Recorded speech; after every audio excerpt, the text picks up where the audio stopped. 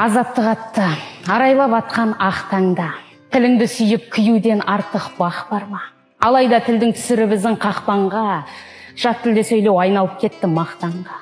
Тәуелсіз болып танылғанмен даланбай, қазақ тіл жүр сол азаттық аңсап ала алмай.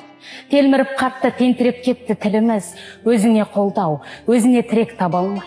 Бақыттың бізге керегі қанша кеш келген, зарыңа салған салмаса құлақ ешпендең, анаңның тілін жоғалтып қою барабар, жетімнің күнін, мәңгүрттің күйін кешкенмен. Алынып перде, айтылар қашан нақшындық, тіліңді сату, отанға деген сатқындық. Жат тілдің ащы тұщысы мен суарып, қазақ боп туған сәбиді дағы жат қыл. Күтемін үміт ататын жарқын таңдардан, тілімнің мұңы көңілге солай салдарман, күтпейік үміт жат тілден емген уыздан, жат тілде сөйлеп, жат болып кеткен жандардан. Қар орман халқым, тіліңнің қамын жегейсің, жат тілде сөйлеу, еліңе деген өгей сын. Ойландың бекен қиямет күні өзіңнен, қазақша сұрақ сұрап қап жатса не дейсің? Азаттық атты арайлап атқан ақ таңда, салауат айтып өткенгі сүргей шақтарға, қазақша сөйле, қазақтың қаны тамырда, толқындай тулап, өзен болып ағып жатқанда.